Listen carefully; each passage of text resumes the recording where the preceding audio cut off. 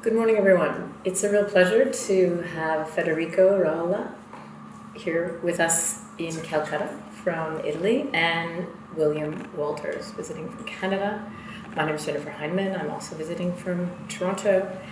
And we're here today to have an informal chat really about some of the themes that we're touching on, but that I think hopefully bring together some of the themes and issues of the conference. We're interested in the ways that people flee when they have to do so. We're interested in what happens to them when they hit a border. And we're interested in how Fortress North America, Fortress Europe might be reimagined. So I'm going to first pass it over to Federico to comment perhaps on the European case. That's your specialty. Yeah, thank you, Jennifer. Well,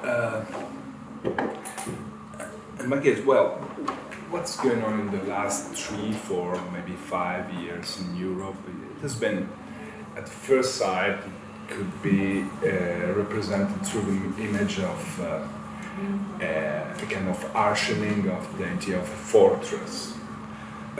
Actually, the external borders of Europe increase their selective action in order to filter and maybe even to arrest asylum seeker and migrant movements from the beginning.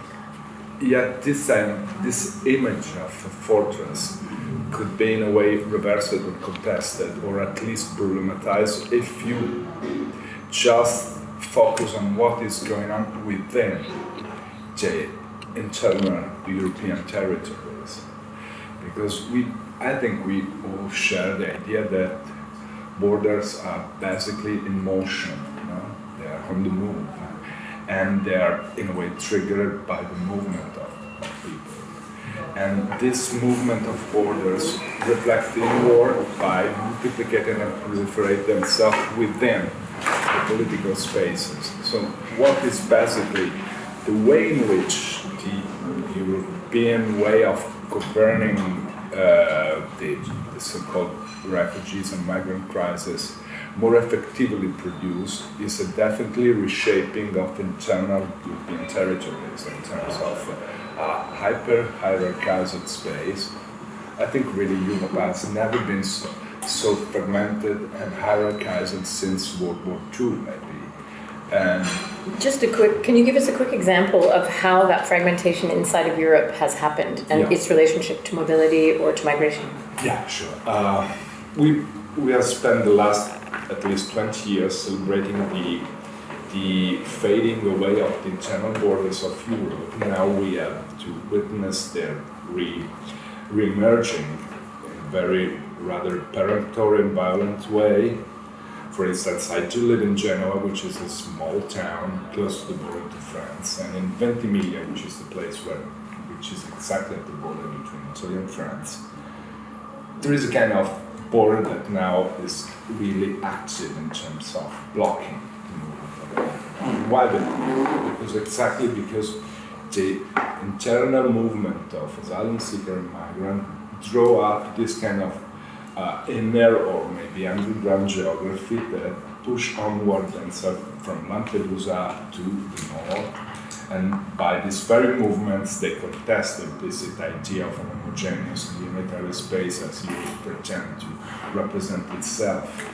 And in this way, they intercept the action of a border at the former national border that was so, historically even meaningful in terms of contestation, wars, conflict. And so there is this kind of reactivation of the internal border, and then there are a lot of border apparatus that are more and more flexible and mobile and turn themselves into flexible and mobile apparatus following the movement of what the pros of the EU migration governance refer to as the secondary movements. So if you could just hold on to that idea, I want to come back to it, the secondary movements. William, I'd like to come over to you for a moment and talk to you about the importance of border, the notion of border as technology, rationality. We understand borders, some people say borders are violent. Others call for open borders because of that. And yet here at this conference, we're talking about refugees who cross a border actually getting protection through that border. So borders are multifarious, they're complicated, they're elusive, they're emotional, as we've heard. What can you say, perhaps, about the approach to not just the border, but the modalities of movement, either across borders or in relation to violence, perhaps? Yeah, I mean, I think what I'd like to say, building on Federico's points there about new kinds of borders and borders being mobile, that in a certain sense, there's a paradox here, because partly because of the success, the potency, the effectiveness of a lot of the new forms of control, such as the externalization of controls to airports around the world, where there are immigration liaison officers and various ways in which people are sort of sifted and filtered when they're in the line, trying to get on a plane. Those are things, we don't see, they're not very visible, we don't see them as a public, we don't see these kind of operations in airports. But what we do see is people on boats, crossing seas. What we do see is images of people crossing rivers and mountains and deserts. And so the paradox there is that these look like extremely old. If you think about Exodus as a sort of biblical image of Moses leading a people fleeing from Egypt, and he's lucky that God opens the Red Sea so that they're able to cross. But these are sort of very classical, archaic images of borders, right? That borders are these physical features. They are seas, they are rivers, they are mountains. And we see these images, and they're not fake images, they're real, of people facing the most challenging kinds of conditions. And a lot of the violence then is, there's the violence of the kinds of policing that goes on, there's the violence of the kinds of entanglements between migrants and facilitators and local communities. But there's also the sort of violence of being exposed to deserts and to seas and to winds and the sort of death that happens in that way. So I would like to sort of emphasize that kind of, how we have this these new forms of control, but also they're producing these images and these experiences that are in some ways very ancient, like a border. It's like if, for instance, in Nicholas Genova, the opposite spectacle of we have to both consider the scene of the spectacle of border and the background of the spectacle. Yeah, absolutely. Both the foreground and the background belongs to this spectacular. Yeah. And it would seem scale is perhaps relevant, because if you're being pulled out of the lineup, it's your biometrics, it's your retina, it's your it's your body carries the border on your back, whether you want it or not. Overexposed,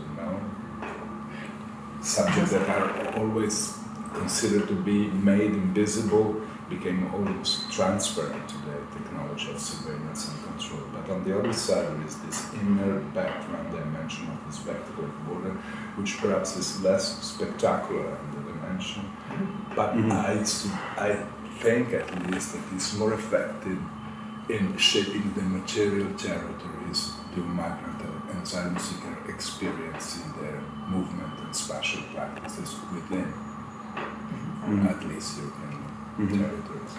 And I think we also have, as a result of all of this, a much greater kind of consciousness of borders. I certainly feel that in the UK. I come and go with the UK, many times every year. And I notice these little changes. At the most recent time I go through Heathrow, it now says, "Welcome to the UK border." About 10 years ago, it started to just say UK border in great big blue and white letters.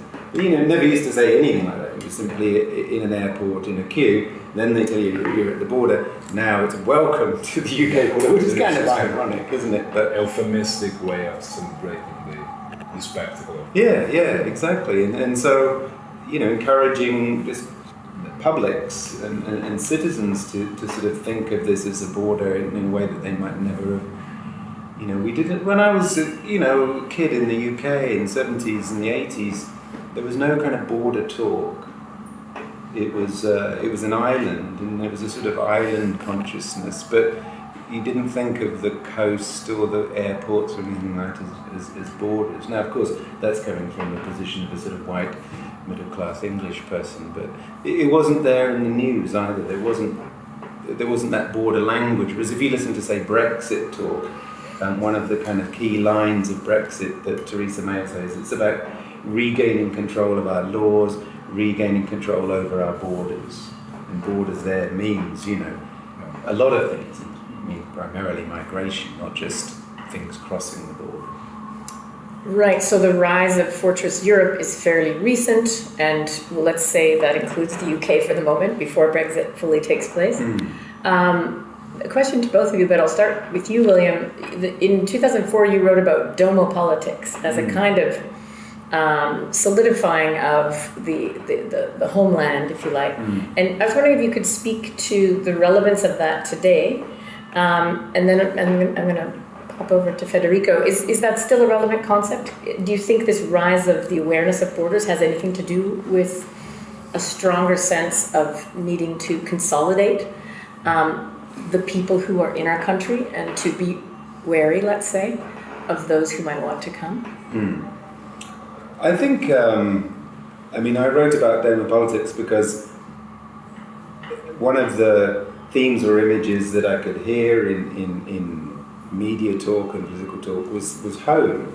And I mean, it was probably, I mean, at the same time in the US, straight after 9/11, you had the sort of homeland, and homeland security became official concepts, and they barely existed in the US context before that. So clearly there was a sort of reimagining of the US as a homeland that had to be protected and secured.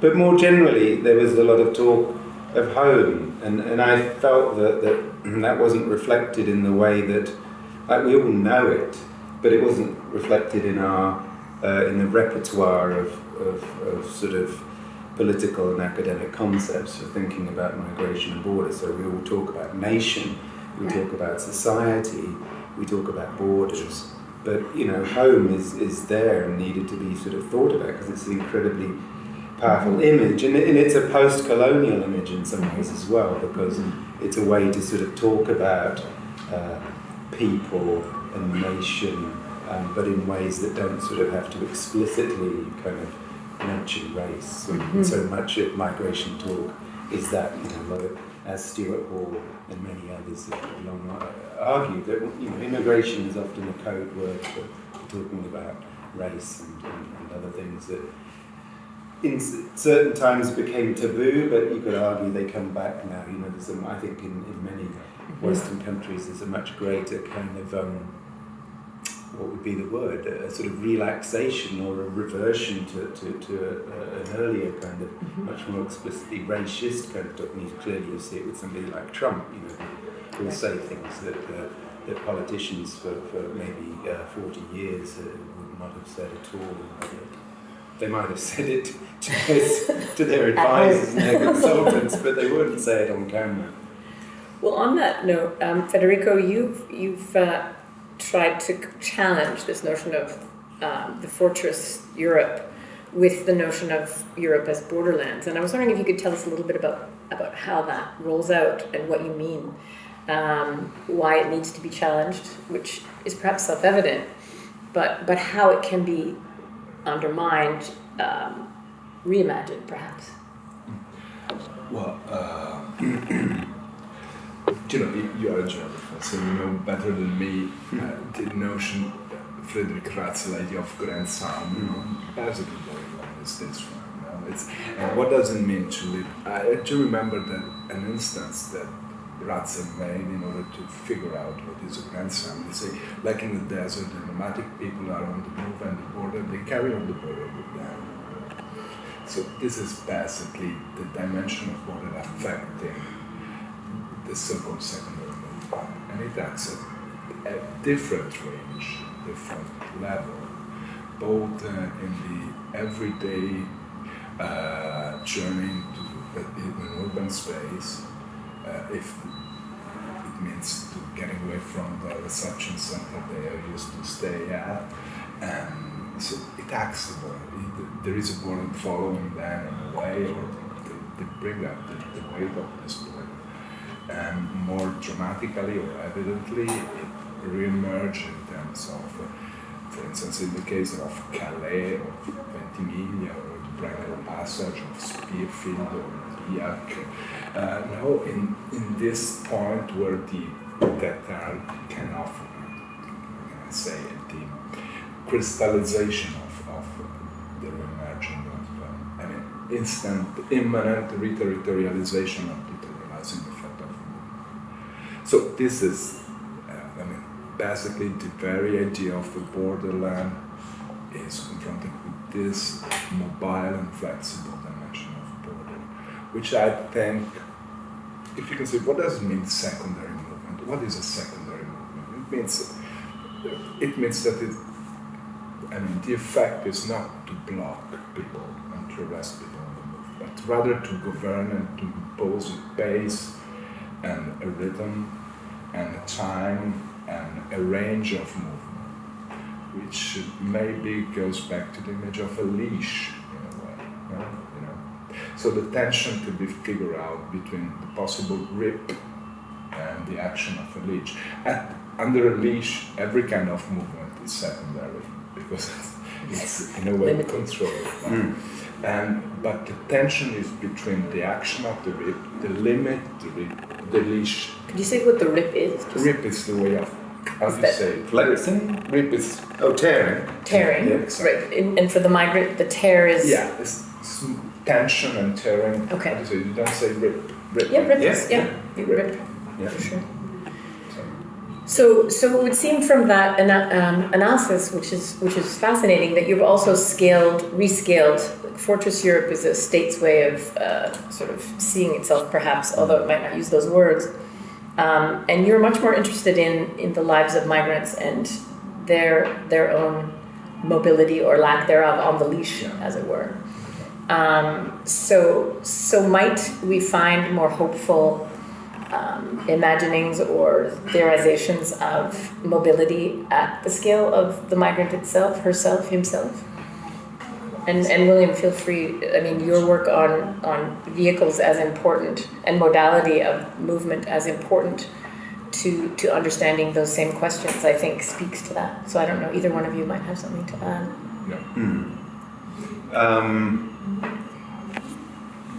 I suppose the point about vehicles is,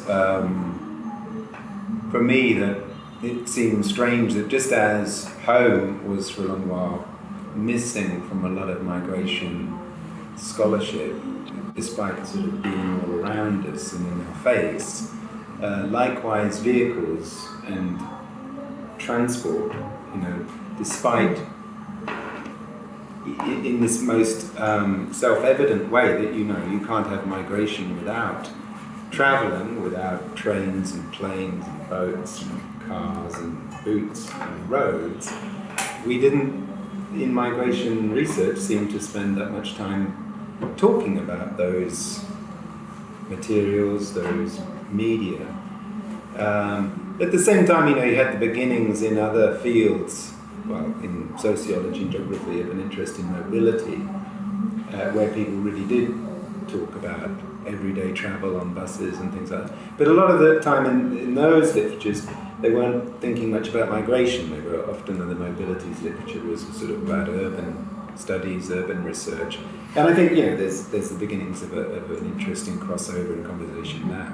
So I thought it was important to try to start thinking about migration and migration politics and struggles, starting with these vehicles, because again, it's one way to get away from always talking about borders, even though the border is you're finding the border when you're looking at how a railway station has been set up or re-engineered, and certainly how an airport works or how inspections are carried out in all sorts of highways, for example, like the work of our friend Matt Coleman, who looks at highway patrol as a kind of channel into deportation in the United States, and a sort of refiguring of local police as immigration police in places like Georgia, Atlanta, Georgia. But I thought it was important to try to make that shift a little bit, to open things up and to sort of see from a slightly different angle. And in terms of, I think our conversation a moment ago was looking for lines of hope, lines of escape or lines of change. And sometimes we see this around vehicles. We see that vehicles themselves become what Rancière calls polemical stages, where a kind of intervention can happen. I think most recently of the Swedish student Erin Elson, I think her name was, in Gothenburg, who videotaped or live streamed herself standing up on the plane, and that's a sort of classical image, isn't it? The person refuses to sit down, or the person like Rosa Parks who turns the bus into a sort of site of contesting American apartheid, right? And this sort of figure of the person who stands up on the plane, it becomes a polemical stage, right? It goes viral, it generates a public of millions and millions, and draws attention to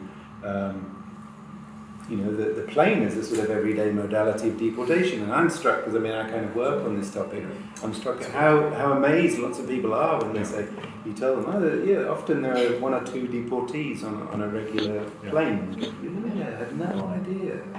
So they hear the word deportation, they know what's going on all the time, but they assume that it's either that it's some sort of transportation beam that just kind of vaporizes someone in the main room materials, like on Star Trek or something like that. So disrupting the kind of normalization of deportation, of just not following the rules of the plane. Yeah, and also when you see that little film that she made, the way in which the cabin turns into this little forum, it turns into a stage where debate. Debate, a very heated debate. So the aircraft became a kind of polis. Absolutely. Which to debate what about where to go. Yeah, and there's some people. Civil societies. I've got a plane to catch. Come on, sit down, shut up. Détournement. No, I think it should be even interesting to focus on the practice of dwelling. For instance, the first thing that came in my mind was the City Plaza Hotel in Athens. The story of this hotel, which is squatted by asylum seekers came from the island in the center of Athens, nearby the Archaeological Museum, and it was a former 4-star hotel.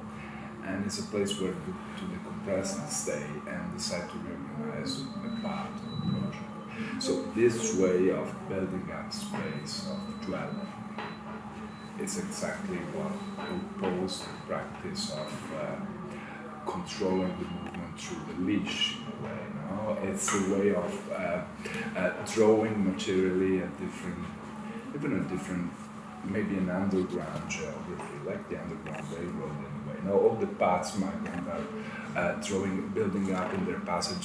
They build up a lot of encampments, like in LA and Ventimiglia, and this inner geography is, in a way, crisscrossing borderland is maybe the more effective way of resistance to the borderland, to reverse the very idea of Grand Sound, European Grand Sound, no? And it means a place other than official reception or detention center, like in the case of City Plaza Hotel, informal and temporary encampments just as a crossroad to organize a passage through the border. So all this kind of, and there is also kind of mimetic or isomorphic, if you want to quote Deleuzian, the idea of geography, between the apparatus of capture and the nomadic practice of migrant defined as secondary movement, which are scattering. And that should be interesting to counter these two opposite cartographies or topologies of Europe that are emerging. And I think at least that the only chance that we had in order to reverse the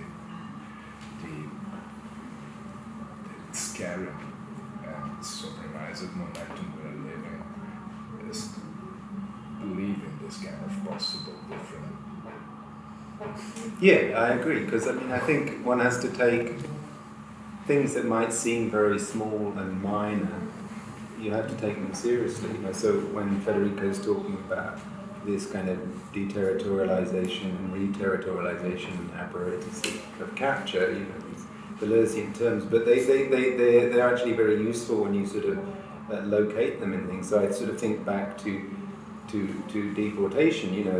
There's a kind of the aviation systems and networks and planes are already there. In a sense, the states collectively have captured this system, right? They did help to bring it into being in the 20s and 30s, the beginnings of national air carriers, which was seen, again, if you look at Britain, it's seen as a way to renew the empire. We've got here is the empire sort of falling to pieces, this dream, and it's not a coincidence that, before it's British Airways, it's called Imperial Airways, right? And it's sort of this dream of a sort of new, speedy, connected empire.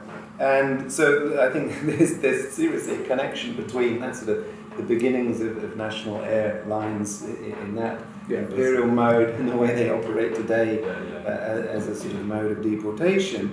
So they're deployed and used by the state. But then if you look at going back to say the Gothenburg protest, or the way in which lots of activist groups like in France, the Brigade Anti-Deportation, the BAD, the little diagrams, they take that, the card that you have in the front of your seat that nobody ever looks at, because what to do in case the plane is going down, you think if the plane's going down, we're doomed anyway, I'm not going to bother to read that thing. But it's a diagram of seat belts and life jackets, and so they reimagine or repurpose that little diagram. It's like, here's what to do in the case of a deportation. Right? It's some sort of diagrammatic steps, and so there's a little détournement, a little moment of capture. So moving from a moment of capture, or a punitive moment of capture by the Greek authorities, to a more hopeful one, perhaps, whether it's City Plaza or whether it's picking up the car. What I think of City Plaza is also the idea of coalition between asylum seeker and activists. And now, for instance, in Italy and France, too, they introduced this idea of the crime of solidarity, which is another step in this kind of mimetic. To criminalize activism. To criminalize the practice of. I'm sorry we're out of time, because I think the three of us anyway could go on for quite some time. It's flown by, hasn't it? Yes, it has. Yeah. But thank you both, and thanks to those who've made this possible. Thank you. Thank you. Thanks.